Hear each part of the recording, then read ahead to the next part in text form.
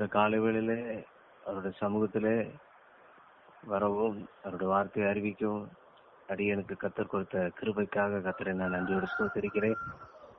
இந்த மட்டும் காத்த எபனேசர் இனிமேலும் காக்க அவர் வல்லமையில தேவனாய், அவர் நித்திய தேவனாய் நமக்குள்ளே அவர் வாசம் பண்ணுகிறதற்காக கத்தரை நான் நன்றியோடு ஸ்தோத்திரிக்கிறேன்.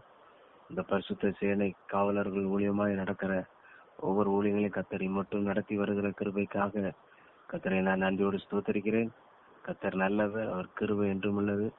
அவர் மாறாத தேவன், நம்மோடு இருந்து ஒவ்வொரு நாளும் அவர் நம்மை நடத்தி வருகிற மேலான தயவுக்காக கத்தரை நான் நன்றியோடு ஸ்தோத்திரிக்கிறேன். இந்த நேரத்திலோட கத்தருடைய வார்த்தையை சொல்லும்படியாய் அடியன் கொடுத்த தருணத்துக்காக கத்தரை நான் நன்றியோடு ஸ்தோத்திரிக்கிறேன். ஒரு வார்த்தையை வாசிக்கலாம். லேவியராகமம் புஸ்தகம் அதனுடைய 23வது அதிகாரம் 40வது வசனத்தை நாம் வாசிக்கலாம். லேவியராகமம் புஸ்தகம் 23வது அதிகாரம் அதனுடைய 40வது வசனத்துல இப்படியாக ஒரு வசனம் எழுதப்பட்டிருக்கிறது. உங்கள் தேவனாகிய கர்த்தருடைய சன்னதியில் 7 நாளும் மகிழ்ச்சியாய் இருங்கள் என்று நாம் வாசிக்கிறோம். உங்கள் தேவனாகிய கர்த்தருடைய சன்னதியில் 7 நாளும் மகிழ்ச்சியாய் இருங்கள். அந்த வாழ்க்கையிலே மகிழ்ச்சியாய் இருங்கள் என்ற தலைப்பிலே இந்த வார்த்தை சொல்ல வாசிக்கிறேன். கர்த்தருக்கு ஸ்தோத்திரம் உண்டாகட்டும். கடைசி நாட்களிலே நாம் வாழ்த்து கொண்டிருக்கிறோம். யுத்தங்களையும் செய்திகளையும் கேள்விப்பட்டுக் கொண்டிருக்கிறோம். அநேக கட்டுப்பாடுகள் வரக்கூடிய சூழ்நிலையில நாம் காணப்பட்டு கொண்டிருக்கிறோம். ஆனாலும் கர்த்தருக்குள் நாம் திடப்படுத்தி, தாவீதை போல நாம் அவன் தன்னை கர்த்தருக்குள் திடப்படுத்தி கொண்டான் என்பது போல நம்முடைய வாழ்க்கையிலே இந்த நாளிலே மகிழ்ச்சியா இருப்பதே உங்களுடைய பலன் என்று நாம் வாசிக்கிறோம். நெகேமியா புஸ்தகத்திலே 8வது அதிகாரம் 10வது வசனத்திலே கர்த்தருக்குள் மகிழ்ச்சியா இருப்பதே உங்களுடைய பலன். இந்த நாளிலே நம்ம குடும்பத்துல அநேக சூழ்நிலை வழியா நாம் கடந்து செல்லும்போது மகிழ்ச்சியா இருக்கிற தருணங்கள் அநேக நேரத்தில் குறைந்து போகிறது நாம் பார்க்கிறோம். இந்த சூழ்நிலையில இந்த நாளிலே கர்த்தர் இந்த வார்த்தை எனக்கு ஞாபகப்படுத்தினார். கர்த்தருக்கு மகிமை உண்டாகட்டும். வாரத்தில் 7 நாளும் மகிழ்ச்சியா இருங்கள் என்று இந்த லேவியராகமம் புஸ்தகம் 23வது அதிகாரம் 40வது வசனத்துல நான் வாசிக்கிறோம். இது கர்த்தர் உண்டு பண்ணின நாள், இதிலே மகிழ்ந்து கலிகூற கடவோம் என்றும் சங்கீத புஸ்தகத்திலே நாம் வாசிக்கிறோம். ஒவ்வொரு நாளும் மகிழ்ச்சியா இருந்து அவருடைய சமூகத்திலே கலிகூர்ந்து நாம் ஜீவிப்பதுதான் கர்த்தர் விரும்புகிறார். ஆதாம் ஏவாள் அந்த ஏதேன் தோட்டத்திலே ஒரு மகிழ்ச்சியான ஒரு அனுபவத்திலே ஒரு தேவ சமூகத்தில் அவர்கள் காணப்பட்டார்கள். ஆனாலும் அவர்களுடைய மகிழ்ச்சியை, அவருடைய சந்தோஷத்தை கெடுக்கும் வண்ணமாய் சத்துருவானவன் எப்படியோ நயவசனப்படுத்தி அந்த 2 பேரையும் அந்த மகிழ்ச்சியான, அந்த சந்தோஷமான, அந்த ஆறுதலான இடத்தை விட்டு தள்ளி போட்டதை நாம் பார்க்கிறோம். கர்த்தருக்கு ஸ்தோத்திரம் உண்டாகட்டும். நம்முடைய வாழ்க்கையிலும் அநேக சூழ்நிலை வழியாய் நாம் கடந்து செல்லும் பொழுது சத்துருவானவன் எப்படி ஆகிலும் நம்மளுக்குள் இருக்கிற சமாதானத்தை கெடுக்கும்படியாய், நமக்குள் இருக்கிற சந்தோஷத்தை திருடும்படியாய் அவர் ஒவ்வொரு நேரமும் அவன் நேரத்தை எதிர்பார்த்து அந்த நேரத்துல நம்மளை எப்படி ஆகிலும் மனமடிவாக்க வேண்டும் என்று சத்துருவானவன் அவன் எத்தனித்துக் கொண்டிருக்கிறதை நாம் பார்க்கிறோம். இந்த நாளிலே கர்த்தர் நம்மளை உணர்த்துகிற ஒரு காரியம், மகிழ்ச்சியாயிருங்கள், மகிழ்ச்சியாயிருங்கள், சந்தோஷமாயிருங்கள் என்று மீண்டும் சொல்லுகிறேன் என்று வாசிக்கிறோம். கர்த்தருக்கு மகிமை உண்டாகட்டும். ஸ்தோத்திரம். முதலாவதாக இதுல ஒரு 2-3 காரியத்தை நாம் பார்க்கலாம். ரட்சிப்பினால மகிழ்ச்சியை நாம் பார்க்கிறோம். அவருடைய ரட்சிப்பில நாம் களி கூறும் பொழுது நாம் மகிழ்ந்து கலிகூற கடவோம் என்று நாம் வாசிக்கிறோம். கர்த்தரை தேடுகிறவர்களின் இருதயம் மகிழ்வதாக என்றெல்லாம் நாம் வாசிக்கிறோம். அவருடைய ரட்சிப்பில் நாம் கலிகூற வேண்டும் என்று நாம் வாசிக்கிறோம். ஏசாயா 25வது அதிகாரம் அதனுடைய 9வது வசனத்துல நாம் எப்படியாக வாசிக்கிறோம். ஏசாயா 25வது அதிகாரம் அதனுடைய 9வது வசனத்துல அவருடைய ரட்சிப்பினால் நாம் கலிகூர்ந்து மகிழ கடவோம் என்று நாம் வாசிக்கிறோம். ஒவ்வொரு நாளும் அவருடைய ரட்சிப்பை நாம் உணர்ந்து அவருடைய ரட்சிப்பிலே நாம் கலிகூர்ந்து மகிழ கர்த்தர் நமக்கு உதவி செய்வாராக. கர்த்தரை தேடுகிறவர்களின் இருதயம் மகிழ்வதாக. ஒவ்வொரு நாளும் ஆண்டவரை தேடும் பொழுது நம்முடைய இருதயத்திலே நாம் புரிந்து கொள்ளாத ஒரு தேவ சமாதானம் நம்முடைய இருதயத்தை ஆட்கொள்வதை பார்க்கலாம். 1 நாளாகமம் புஸ்தகம் 16வது அதிகாரம் 10வது வசனத்திலே இப்படியாய் வாசிக்கிறோம். கர்த்தரை தேடுகிறவர்களின் இருதயம் மகிழ்வதாக. அவருடைய ரட்சிப்பினால ஒவ்வொரு நாளும் நம்ம அலங்கரிக்கப்பட கர்த்தர் நமக்கு உதவி செய்வாராக. 2வதாக அந்த பகுதியில பார்க்கும் பொழுது அப்போஸ்தலர் 16வது அதிகாரம் 34வது வசனத்துல இப்படியா ஒரு காரியம் எழுதப்பட்டிருக்கிறது. அப்போஸ்தலர் புஸ்தகம் 16வது அதிகாரம் அதனுடைய 34வது வசனத்திலே ஒரு சம்பவம் இப்படியாய் வாசிக்கிறோம். அந்த பவுலும் சீலாவும் அந்த சிறைச்சாலையிலே கட்டுண்டவர்களாய் அவர்கள் போடப்பட்ட பொழுது அவர்கள் பாடி துதி செய்தார்கள். அந்த நேரத்திலே ஒரு பூமி அதிர்ச்சி போல உண்டாகி அந்த ஜெயில் கதவுகள் எல்லாம் திறவுண்டதை நாம் பார்க்கிறோம். உடனே அதுல காவல்காரர்கள் அதிர்ச்சி அடைந்து அவர்கள் வெளியில தப்பி போய்விடுவார்களோ என்று அவர்கள் தங்களுடைய ஜீவனை மாய்த்து கொள்ள முயற்சி செய்த பொழுது பவுலும் சீலாவும் நாங்கள் இங்கதான் இருக்கிறோம், நீங்கள் உங்கள் ஜீவனுக்கு ஒன்று கெடுதி செய்து கொள்ள வேண்டாம் என்று அவர்கள் சொன்ன பொழுது அவர்கள் பயந்து நடுநடுங்கி அந்த சிறைச்சாலையில போய் பார்த்த பொழுது ஆண்டவமாரே ரட்சிக்கப்படுவதற்கு நாங்கள் என்ன செய்ய வேண்டும் என்று அவர்கள் சொன்ன பொழுது பவுலும் சீலாவும் கர்த்தரை குறித்து பேசி அந்த இடத்துல அவர்கள் விசுவாசம் உள்ளவர்களாகி மன மகிழ்ச்சியாக இருந்தார்கள் என்று அப்போஸ்தலர் 16வது அதிகாரம் 34வது வசனத்திலே நாம் இப்படியாக வாசிக்கிறோம். அவர் அனைவரும் தேவனிடத்தில் விசுவாசம் உள்ளவர்களாகி மகிழ்ச்சியாக இருந்தார்கள், மன மகிழ்ச்சியாக இருந்தார்கள் என்று வாசிக்கிறோம்.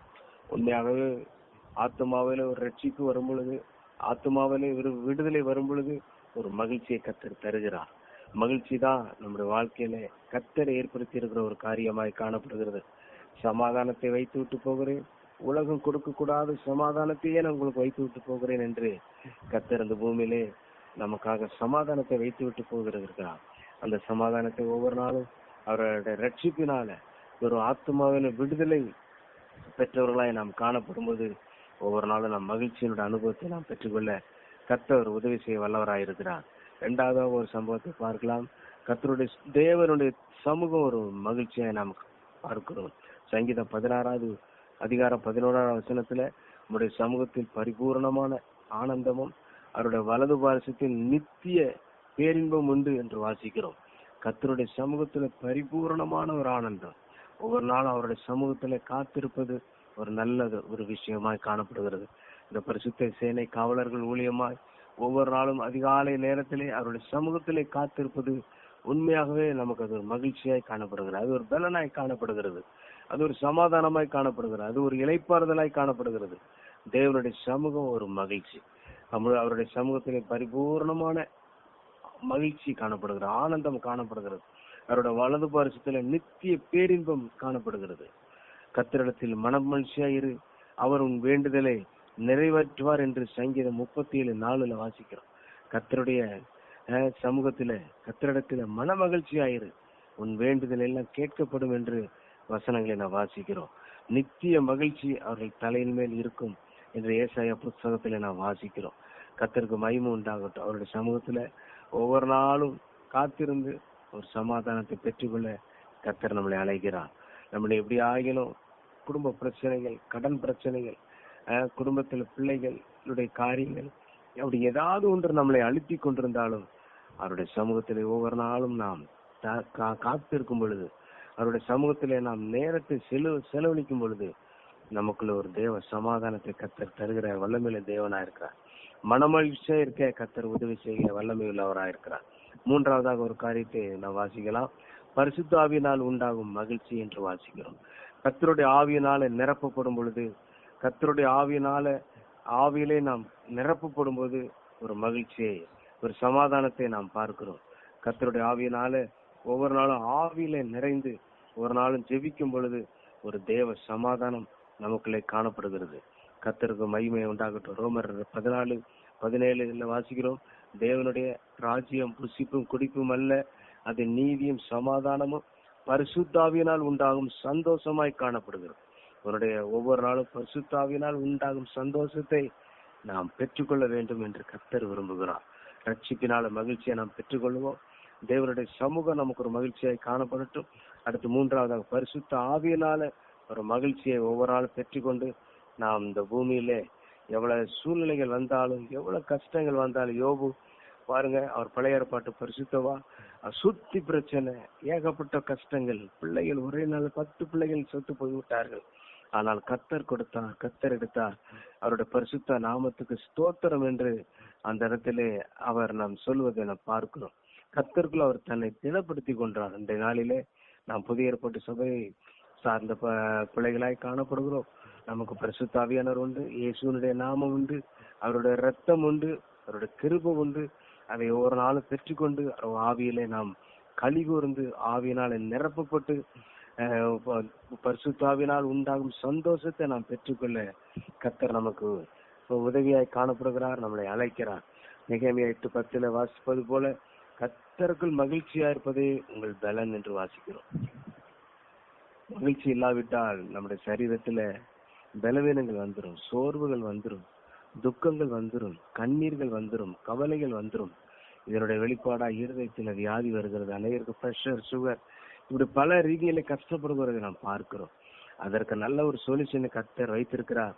பரிசுத்தாவியினால் உண்டாகும் சந்தோஷத்தை நாம் ஒவ்வொரு நாளும் பெற்றுக்கொள்ள கர்த்தர் நம்மளை அழைக்கிறார். ஆவியில நிரப்பப்படும் போது எனக்கு ஒரு சம்பவம் ஞாபகத்துக்கு வருது. இங்க பக்கத்துல பாவூர் சித்திரம் என்ற இடத்துல ஒரு அம்மாவுக்கு திடீரென்று இருதயத்துல ஹார்ட் அட்டாக் மாதிரி வந்துட்டு, உடனே வீட்டுல அந்த தாயும் மகனும் தான், ஒரு சின்ன பையன். உடனே அந்த சபையினுடைய ஊழியக்காரரை அழைத்தார். அவர் உடனே வந்தார். இவருக்கு என்ன செய்ய வேண்டும் என்று தெரியவில்லை. ரொம்ப கஷ்டப்பட்ட அந்த அம்மாவால மருத்துவ உதவி செய்யக்கூடாத ஒரு சூழ்நிலை. ஆனா இவர் போய் ஜெபிக்கல, ஆவியில நிரம்பி அந்நிய பாஷைகளை கொஞ்ச நேரம் ஆவியில நிரம்பி அந்நிய பாஷைகளை பேச பேச பேச பேச அந்த இருதயத்தினுடைய வியாதி சுகமானது. உடனே அந்த அம்மா கொஞ்ச நேரத்துல சுகமாயிட்டாங்க. பாருங்க, ஆஸ்பத்திரியில போயிருந்தா பல லட்சங்கள் செலவாயிருக்கும். ஆனாலும் அந்த பரிசுத்த ஆவியினால அந்த ஊழியக்காரர் நிரப்பப்பட்டு நல்ல ஆவியில நிறைஞ்சு ஜெபித்த பொழுது அந்த அம்மாவுக்கு கர்த்தர் பூரண விடுதலை கொடுத்தார் என்ற ஒரு சாட்சி நான் கேள்விப்பட்டேன். உண்மையாகவே நம்ம ஆவியில நிறைஞ்சு நல்லா அந்நிய பாஷைகளை பேசி ஜெபிக்க ஜெபிக்க நமக்கு பரிசுத்தாவினால் உண்டாகும் சந்தோஷத்தை நாம் பெற்றுக்கொள்ள நாம் கர்த்தர் தாமே நமக்கு உதவி செய்வாராக. ஒவ்வொரு நாளும் ஆவியினால நிரப்பப்பட நாம் கர்த்தருக்குள் நம்மளை திடப்படுத்துவோம். கர்த்தருக்குள் நாம் ஊன்ற கட்டப்படுவோம். கர்த்தருக்கு மகிமை உண்டாகட்டும். பெயரளவில் இருக்கிற ஜெபங்களை காட்டிலும் ஆவியில நிறைந்து ஜெபிக்கும் பொழுது கர்த்தர் அநேக தடைகள் உடைக்கப்படுவதை நாம் பார்க்கலாம். அநேக சத்துருடைய கோட்டைகள் நிர்மூலமாவதை பார்க்கலாம். கர்த்தருக்கு மகிமை உண்டாகட்டும். துதிக்க துதிக்க ஸ்தோத்திரம் பண்ண ஆவியிலே நிரப்பப்பட கர்த்தருடைய சேனைகள் பலத்த காரியத்தை செய்வதை நாம் பார்க்கலாம். சத்துருடைய சேனைகளை ஒன்றுமில்லாமல் போவதை பார்க்கலாம். பாருங்க, சவுல் வர வர பலவீனப்பட்டு போனான். தாவீதோ வர வர வர அவன் பலத்து போனான். ஆனா யுத்தம் நடந்து கொண்டிருந்தது. இந்த தாவீதுக்கும் சவுலுக்கும் நெடுநாள் யுத்தம் நடந்து கொண்டது உண்மைதான். ஆனா அந்த யுத்தத்துல அந்த சவுல் வர வர வர பலவீனப்பட்டு போனான். ஆனா தாவீதோ வர வர வர விருத்தி அடைந்தான் என்று வாசிக்கிறோம். யுத்தம் உண்மைதான், சத்துருவுக்கும் நமக்கும் யுத்தம் என்பது உண்மைதான். ஆனா கண்டிப்பா அவன் பலவீனப்பட்டு போகிறான், நாமும் பலப்பட்டு கொண்டிருக்கிறோம் என்பதை நம்ம அறிந்து கொள்வோமாக. கர்த்தருக்கு மகிமை உண்டாகட்டும். தாவீதுக்கும் சவுலுக்கும் நெடுநாள் யுத்தம் நடந்தது. ஆனால் அவன் பலவீனப்பட்ட போனான், சத்துருவாகிய அந்த சவுல். ஆனா தாவீதோ ஒவ்வொரு நாளும் அவன் பலப்பட்டு கொண்டிருப்பதை நம்ம அந்த வேத வசனத்தில் வாசிக்கிறோம். ஒரு நாள் ஆவியில பலப்பட்டு ஆவியினாலே நாம் வளர்ந்து ஆவியினாலே நாம் பரலோகத்துக்கு போக கர்த்தர் நமக்கு உதவி செய்வாராக. கர்த்தருக்கு மகிமை உண்டாகட்டும். கர்த்தருக்கு ஸ்தோத்திரம் உண்டாகட்டும்.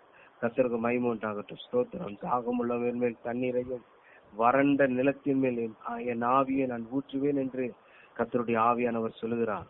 கர்த்தருக்கு ஸ்தோத்திரம். ஏசாயா 44வது அதிகாரம் அதனுடைய 4வது வசனத்துல வாசிக்கும் பொழுது, தாகம் உள்ளவன் மேல் தண்ணீரையும் வறண்ட நிலத்தின் மேல் ஆறுகளையும் ஊற்றுவேன். உன் சந்ததி மேல் என் ஆவியையும் உன் சந்தானத்தின் மேல் என் ஆவியையும் என் ஆசீர்வாதத்தையும் ஊற்றுவேன் என்று கர்த்தர் சொல்லுகிறார். பாருங்க, பரிசுத்த ஆவியினால நிரப்பப்படும் போது ஒரு ஆசீர்வாதத்தை நாம் பார்க்கிறோம். கர்த்தருடைய ஆவியினால நிரப்பப்பட நல்ல ஒரு ஆசீர்வாதத்தை நாம் காணப்பட கர்த்தர் உதவி செய்கிற தேவனாயிருக்கிறார். உன்னுடைய சந்ததி மேல் என் ஆவியை ஊற்றுவேன், உன் சந்தானத்தின் மேல் என் ஆசீர்வாதத்தை ஊற்றுவேன் என்று இந்த காலவேளையில கர்த்தர் நம்மளை வாக்குப்படுகிறார். கர்த்தருக்கு ஸ்தோத்திரம். ஆவியினாலே ஸ்தோத்திரம் ஆண்டவரே. ஆவியினாலே நிரம்ப ஒரு தேவ சமூகம் நமக்கு இறங்கும் பொழுது நமக்கு நல்ல ஒரு சமாதானத்தையும் மகிழ்ச்சியும் கர்த்தர் தருகிற தேவனா இருக்கிறார். வியாதியா, கடன் பிரச்சனையா, துக்கமா, ஏன் இந்த உலகத்தில் வாழ்கிறோம் என்ற எண்ணமா, பணம் கொடுக்க வேண்டாம், காசு கொடுக்க வேண்டாம். நல்ல ஆவியில நிரம்பி கத்தரிடத்துல ஜெபிக்கும் பொழுது எல்லாவித கட்டுகளை மாற்றுகிற ஒரு கத்தராய் இயேசு நமக்குள்ளே வாசம் பண்ணுகிறார். ஒவ்வொரு நாளும் பவுல் சொல்லும்போது உனக்குண்டான வரத்தை அனல் மூட்டி எழுப்பு என்று பவுல் சொல்லுகிறார். அது போல ஒவ்வொரு நாளும் நமக்குள்ள இருக்கிற ஆவியானவரை ஒவ்வொரு நாளும் அனல் மூட்டி எழுப்பும் பொழுது கத்தருடைய கிரியை நாம் பார்க்கலாம். கத்தருக்கு மகிமை உண்டாகட்டும். அடுத்ததாக தேவ ஆராதனையின் மூலமாக நமக்கு நல்ல ஒரு மகிழ்ச்சி கத்தர் தருகிறார். ஒவ்வொரு நாளும் ஆராதனைக்கு செல்வதன் மூலமா சங்கீதம் 100வது அதிகாரம் 2வது வசனத்துல வாசிக்கிறோம், மகிழ்ச்சியோட கத்தருக்கு ஆராதனை செய்து ஆனந்த சத்தத்தோட அவர் சந்நிதியும் முன் வாருங்கள் என்று அந்த பூமியின் குடிகளை பார்த்து அந்த சங்கீதக்காரன் சொல்வதை பார்க்கிறோம். கத்தருக்கு மகிமை உண்டாகட்டும். மகிழ்ச்சியோட கத்தருக்கு ஆராதனை செய்த ஆனந்த சத்தத்தோட அவர் சன்னதியின் முன் வாருங்கள் என்று நாம் வாசிக்கிறோம். கத்தருடைய ஆலயத்துக்கு நாம் போவது ஒரு மகிழ்ச்சியின் அனுபவம் தான். துக்கத்தோடு கண்ணீரோடு ஒரு நாள் அந்நாள் தேவனுடைய சமூகத்துக்கு போனாள், தன் இருதயத்தை ஊற்றினாள். ஆனா அதற்கு பின்பாக அவள் துக்க முகமா இருக்கவில்லை என்று நாம் பார்க்கிறோம். துக்கத்தை மாற்றுகிற இடம் தேவனுடைய ஆராதனை. நம்முடைய வேதனைகளை மாற்றுகிற ஒரு இடம், நம்முடைய துக்கத்தையும் கண்ணீரையும் மாற்றுகிற ஒரு பட்டறைன்னு சொல்ல போனா ஒரு இடம் என்று சொல்ல போனா தேவனுடைய ஆராதனை, தேவனுடைய ஆலயம். கர்த்தருடைய ஆலயத்திலே நாட்டப்பட்டவர்களாய் நாம் காணப்படுவோம். அவருடைய திராட்சை தோட்டத்திலே நாட்டப்பட்டவர்களை, அவருடைய மகிமைக்கென்று நாட்டப்பட்டவர்களை ஒவ்வொரு நாளும் காணப்படுவோம். கர்த்தருக்கு மகிமை உண்டாகட்டும், கர்த்தருக்கு ஸ்தோத்திரம் உண்டாகட்டும். கர்த்தருடைய நாளை மன மகிழ்ச்சியாய் எண்ணுவாயானால் அந்த ஏசாயா புஸ்தகம் 58வது அதிகாரம் 13-14வது வசனத்தில் நாம் வாசிக்கிறோம். கர்த்தருடைய நாளை மகிமையாய் என்று சொல்லி அதை மகிமையாய் எண்ணுவாயானால் கர்த்தருடைய பூமியில் உயர்ந்த இடங்களில் அவள் ஏறி இருக்க பண்ணுவார் என்று வாசிக்கிறோம். கர்த்தருக்கு ஸ்தோத்திரம். ஒவ்வொரு நாளும் அவருடைய சமூகத்திலே அவருடைய ஆலய காரியங்களிலே ஒவ்வொரு நாளும் தடை பண்ணாதபடி ஒவ்வொரு நாளும் அவருடைய ஆலயத்துக்கு நாம் போகக்கூடிய பிள்ளைகளாய் காணப்படுவோமானால் கர்த்தர் நமக்கு உதவி செய்ய வல்லமையுள்ளவராய் இருக்கிறார். கர்த்தர் நம்மளை ஆசீர்வதிக்க வல்லமையுள்ளவராக இருக்கிறார். அதிலே நாம் வாசிக்கிறோம் ஏசாயா 58வது அதிகாரம் அதனுடைய ஏசாயா 58 அந்த 24வது வசனத்துல வாசிக்கிறோம். கர்த்தரில் மனமகிழ்ச்சியாய் இருப்பாய், பூமியில் உயர்ந்த இடங்களில் உன்னை ஏறி இருக்கும்படி பண்ணி உன் தகப்பனாய யாக்கோபுடைய சுதந்திரத்தால் உன்னை ஆசீர்வதிப்பேன் என்று கர்த்தர் சொல்லுகிறார். யாக்கோபுடைய சுதந்திரத்தால் உன்னை ஆசீர்வதிப்பேன். ஆலய ஆராதனைக்கு கடந்து செல்வதனால கர்த்தர் இப்படிப்பட்ட நன்மைகளை தருகிற தேவனா இருக்கிறார். பூமியில் உயர்ந்த இடங்களில் ஏறி இருக்க பண்ணுகிறார் என்று வாசிக்கிறோம். யாக்கோபுடைய சுதந்திரத்தால் உன்னை ஆசீர்வதிப்பேன் என்று வாக்கு பண்ணுகிறார். கர்த்தருடைய ஆலய ஆராதனை நாம் தடை செய்ய வேண்டாம். நம் வேலை அலுவலர்கள் ஒரு பக்கம் இருந்தாலும் ஆலய காரியங்களிலே நாம் சரியா இருப்போமானால் நம்ம குடும்பத்தை கர்த்தர் மகிழ்ச்சியாய் மாற பண்ணுவார், சமாதானமாய் மாற பண்ணுவார். பிள்ளைகளுடைய சமாதானம் பெரிதாய் இருக்கும் என்று நான் வாசிப்பது போல பிள்ளைடைய வாழ்க்கையில கர்த்தர் நாமே ஒரு சமாதானத்தையும் ஆசீர்வாதத்தையும் யாக்கோபுடைய சுதந்திரத்தால் நம்மளை நிரப்ப வல்லமையுள்ள தேவனாய் இருக்கிறார். கர்த்தருடைய நாளை நாம் அசட்டை பண்ணாதபடி அதை மகிமையா என்னும்படி அதை செய்யும் பொழுது கர்த்தர் நம்மளை பூமியில் உயர்ந்த ஸ்தானத்துல ஒரு நல்ல ப்ரமோஷன்ல கர்த்தர் கொடுக்க வல்லமையுள்ள தேவனா இருக்கிறார். இந்த பூமியில கர்த்தர் நம்மளை பார்த்து கொண்டிருக்கிறார். நம்முடைய கிரியைகளை அவர் அறிந்து கொண்டிருக்கிறார். நம்ம கர்த்தருக்குள் படுகிற பிரயாசங்கள் ஒன்றும் விருதாவாய் போவாது என்று அறிந்து அதில் ஒவ்வொரு நாளும் நாம் பெறுகிறவர்களாய் அதில் வளர்கிறவர்களாய் காணப்பட கர்த்தர் நமக்கு உதவி செய்வாராக. அடுத்ததாக வசனத்தின் மூலமாய் நான் ஒரு நல்ல ஒரு மகிழ்ச்சியை நாம் பெற்றுக்கொள்ள கர்த்தர் உதவி செய்வாராக. சங்கீதம் 119 வாசிக்கிறோம், நம்முடைய வேதத்தில் நான் மன மகிழ்ச்சியாய் இருக்கிறேன் என்று வாசிக்கிறோம். கர்த்தருடைய வேதமே நமக்கு மகிழ்ச்சி, அவருடைய வசனம் நமக்கு மகிழ்ச்சி. அவருடைய வார்த்தையை உட்கொள்ளும் பொழுது நல்ல ஒரு மகிழ்ச்சி உண்டாகிறது, பலன் உண்டாகிறது. அவர் தமது வசனத்தை அனுப்பி அவர்களை குணமாக்குகிறார் என்றெல்லாம் வாசிக்கிறோம். கர்த்தருடைய வார்த்தை ஒரு நாளும் பொய் சொல்லாது. வானத்திலிருந்து மழை எப்படி பூமியில இறங்கி பூமியில பயிர் வகைகளையும் புல் பூண்டுகளையும் கொடுக்குமோ அதுபோல என்னுடைய வார்த்தை வெறுமையாய் திரும்பாது என்று நாம் வாசிக்கிறோம். கர்த்தருடைய வார்த்தையினாலே ஆகும், அவர் சொல்ல ஆகும், அவர் கட்டளையிட நிற்கும் என்று வாசிக்கிறோம். ஒரு வார்த்தை சொல்லும் கர்த்தாவே என் வேலைக்காரன் சுஸ்தமாவான் என்று அந்த 100க்கு அதிபதி, எல்லா சௌகரியங்களையும் உடைய அந்த 100க்கு அதிபதி கர்த்தருடைய வார்த்தைக்காக காத்திருந்தார். ஒவ்வொரு நாளும் கர்த்தருடைய வார்த்தையை வாசிப்போம், கர்த்தருடைய வார்த்தையை நாம் தியானம் பண்ணுவோம். வசனத்தின் மூலமே நம்முடைய வாழ்க்கையில 1ஆம் சங்கீதத்துல நம்ம வாசிக்கிறோம், இரவும் பகலும் அவருடைய வேதத்தில் பிரியமா இருக்கிற மனுஷன் பாக்கியவான் என்று வாசிக்கிறோம். அவருடைய சமூகத்துல நாம் காத்திருப்பது நமக்கு ஒரு நல்ல பலன், மகிழ்ச்சி. அவருடைய வசனத்தை நாம் தியானம் பண்ணும்போது அந்த வசனத்தை நாம் வாசிக்கும் பொழுது நம்முடைய வாழ்க்கையில ஒரு மகிழ்ச்சி, குடும்பத்தில் ஒரு மகிழ்ச்சி, சத்துருடைய கிரியைகளை சுட்டரிக்கப்படுவதை பார்க்கலாம். அடுத்ததாக ஸ்தோத்திர பலியிடுவதன் மூலம் நமக்கு ஒரு நல்ல ஒரு மகிழ்ச்சியை தருகிறான். ஸ்தோத்திர பலியிடுகிறவன் கர்த்தரை மகிமைப்படுத்துகிறான் என்று நாம் வாசிக்கிறோம். ஸ்தோத்திரம் பண்ண பண்ண நம்முடைய வாழ்க்கையில நல்ல ஒரு மகிழ்ச்சி. அன்றைய தினத்துல எரிகோ கோட்டை அடைக்கப்பட்டிருந்தது. 7 நாள் சுற்றினார்கள். கடைசி நாளிலே அவர்கள் கர்த்தரை துதித்து பாடினார்கள். அந்த நேரத்துல முன்பாக இருக்க அந்த எரிகோ உடைந்து போனதை பார்க்கிறோம். பயங்கரமான அந்த எரிகோ கோட்டை துதியினால வீழ்ந்தது போல நமக்கு முன்பா இருக்கிற தடைகளை துதியினாலே வெல்வோமாக. துதிக்க துதிக்க கர்த்தருடைய கிருபை இறங்கி வருவதை பார்க்கிறோம். ஒரு நாள் நல்ல ஸ்தோத்திரங்கள் பண்ணி பண்ணி நாம் செய்யும் பொழுது நமக்கு இருக்கிறதான தடைகள் எல்லாவற்றையும் மாற்றுகிற ஒரு நல்ல தேவனா இருக்கிறார். நம்முடைய தேவன் ஒரு அருமையான தேவன். நம்முடைய கர்த்தர் ஒரு நல்ல கர்த்தர். அவர் எல்லாவற்றிலும் நமக்கு உதவி செய்ய அவர் ஆயத்தமா இருக்கிறார். அதை ஒவ்வொரு நாளும் நம்ம யூஸ் பண்ணிக்கொள்ள கர்த்தர் வாஞ்சிக்கிறார். அவர் சமூகத்துல காத்திருப்போம். அவருடைய ஆலய ஆராதனைக்கு முக்கியத்துவப்படுத்துவோம். கர்த்தரை நாம் ஸ்தோத்திரம் பண்ணுவோம். ரட்சிப்பினால ஆத்துமா விடுதலை பெற நாம் காத்திருப்போம். ஒரு பாவி மனம் திரும்புவது நிமித்தம் பரலோகத்திலே மிகுந்த மகிழ்ச்சி உண்டாயிருக்கிறது என்று வாசிக்கிறோம். அந்த 100 ஆடுகளிலே ஒன்று காணாமல் போன பொழுது அந்த ஒரு ஆட்டு நிமித்தமாய், அதை கண்டுபிடித்தது நிமித்தமாய், அதுபோல ஒரு பாவி மனம் திரும்புகிறது நிமித்தமாய் பரலோகத்திலே பயங்கரமான ஒரு மகிழ்ச்சி என்று வாசிப்பது போல நம்முடைய வாழ்க்கையில ரட்சிப்பிலே முன்னேறுவோம். கர்த்தரை தியானிக்கிற அந்த வசனத்திலே நாம் முன்னேறுவோம். பரிசுத்த ஆவியினால ஒவ்வொரு நாளும் பரிசுத்த ஆவியினால் உண்டாகும் சந்தோஷத்தை நாம் பெற்றுக்கொள்வோம். கர்த்தர்கள் மகிழ்ச்சியா இருப்பதே உங்களுடைய பலன் என்று நெகேமியா சொல்வது போல, நெகேமியா அலங்கம் கட்டும்போது பல பிரச்சனைகள் வந்தது. ஆனாலும் கர்த்தர்கள் மகிழ்ச்சியா இருப்பதே உங்கள் பலன் என்று ஜனங்களை திடப்படுத்தினதை நாம் பார்க்கிறோம்.